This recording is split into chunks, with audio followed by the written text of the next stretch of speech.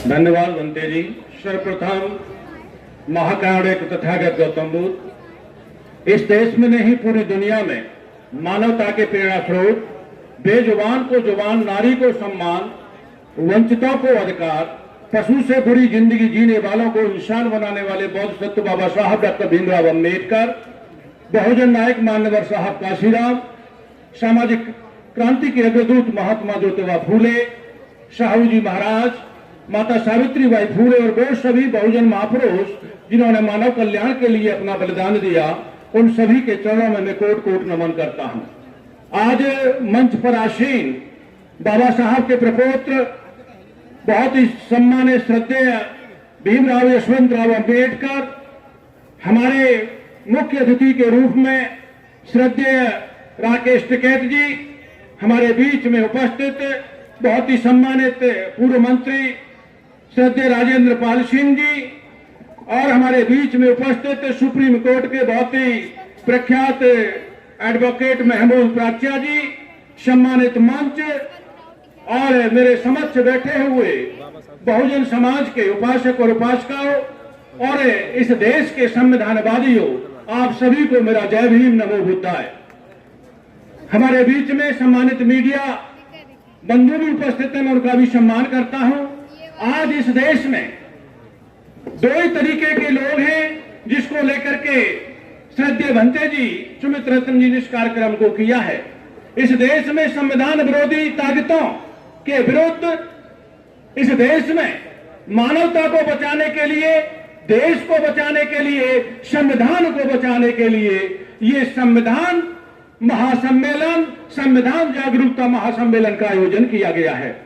इस संविधान जागरूकता महासम्मेलन में हमें यह समझने की जरूरत है कि बाबा साहब डॉक्टर भीमराव अम्बेडकर साहब ने 117 देशों का संविधान पढ़ने और समझने के बाद इस देश के सारे धर्म संप्रदाय, मिशन और विचारधाराओं को पढ़ने और समझने के बाद इस देश के सारे बहुजन महापुरुषों की विचारधारा को पढ़ने और समझने के बाद इस देश के सम्मान के लिए, बहुजन के सम्मान के लिए, विकास के लिए जो सबसे बेस्ट हो सकता था, बाबा साहब डॉक्टर अम्बेडकर ने देने का काम किया।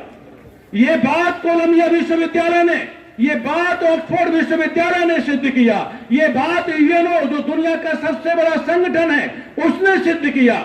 और ये सिद्ध करने के बाद ये जानने की जरूरत है कि इस देश में प्रत्येक जीव जंतु और मानव कल्याण के लिए जिस महामानव ने एक सिस्टम दिया, जिसको हम भारतीय संविधान कहते हैं, इस देश की मनवादी आताताई शक्तियां उस संविधान को खत्म करके इस देश में सनातनी व्यवस्था को लागू करना चाहती हैं। एक चैलेंज है इस देश के 90% बहुजन आबादी के सामने।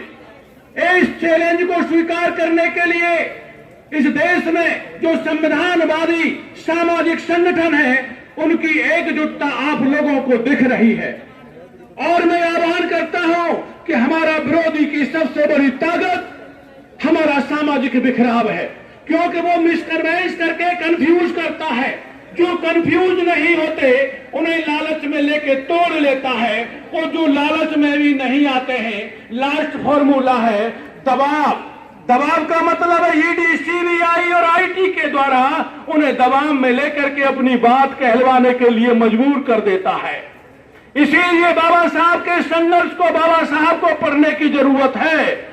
वो अकेले एक महामानव जो किसी से कंफ्यूज नहीं हुए, लालच में नहीं आए, दबाव में नहीं आए, 100 करोड़ से अधिक बहुजन आबादी के लिए उन्होंने एक सिस्टम देने का काम किया, उनको सम्मान, संविधान और अधिकार देने का काम किया।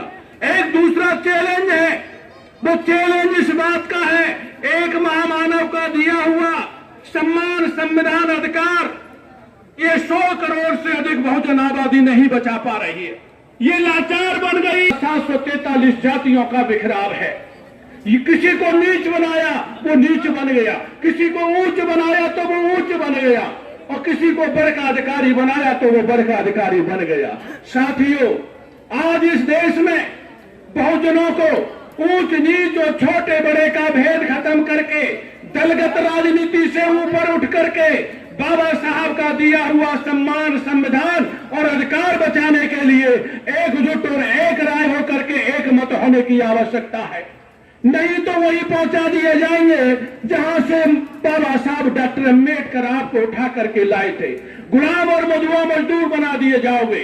एक बड़ा खतरा, बड़ा चैलेंज हमारे सामने है और इस खतरे को टालने के लिए बाबा साहब रानी के पेट का ऑपरेशन करके चले गए।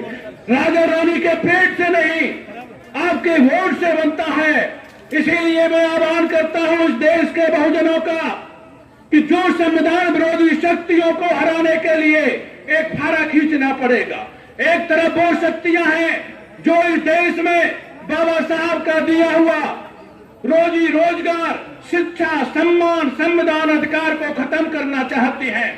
इसीलिए 90% मानवतावादी, संविधानवादी लोगों को बाबा साहब का दिया हुआ शिक्षा, सेवा, रोजी रोजगार, संविधान बचाने के लिए एकजुट और एक मत होने की आवश्यकता है।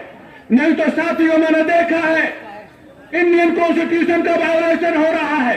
एक ही भर्ती में एससी और ओबीसी के पद को एनएफएस करके सामान्य से भर दिया जाता है। इस देश में लेटर भर्ती प्रक्रिया, आउटसोर्सिंग भर्ती प्रक्रिया, इस देश में मतलब ये these are the violation of Indian constitution. ये भारतीय संविधान का उल्लंघन है। जो देश में भारतीय संविधान का उल्लंघन कर रहे हैं वो सबसे बड़े राष्ट्रवादी बनते हैं।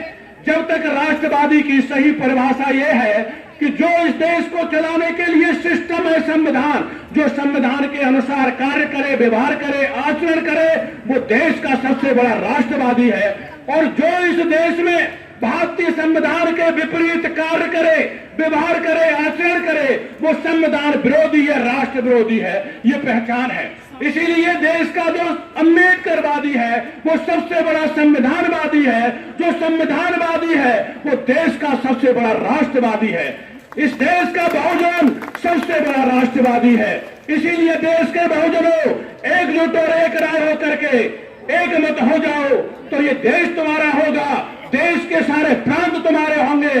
आप राशन मांगने वाले नहीं, देने वाले बन जाओगे, देश के शासक बन जाओगे। ये बाबा साहब देश को देके गए हैं आप व्यवस्था, उसे अपनाने की जरूरत है। इसके साथ ही मैं अपनी बात खत्म करते हुए आज मैं आह्वान करता हूं कि सारे गले शिकवे दूर करके सभी सामाजिक और राजनीतिक रूप से इस देश में बहुजन एकता की जरूरत है। जो देश के संविधान को बचाना चाहता है, अपनी पीढ़ियों के अस्तित्व को बचाना चाहता है, उसे एकजुट हो जाए। जो एकजुट नहीं होगा मैं समझूंगा क्योंकि वो नागपुर वालों का एजेंट है। इसीलिए आज हम आवाज देते हैं संविधान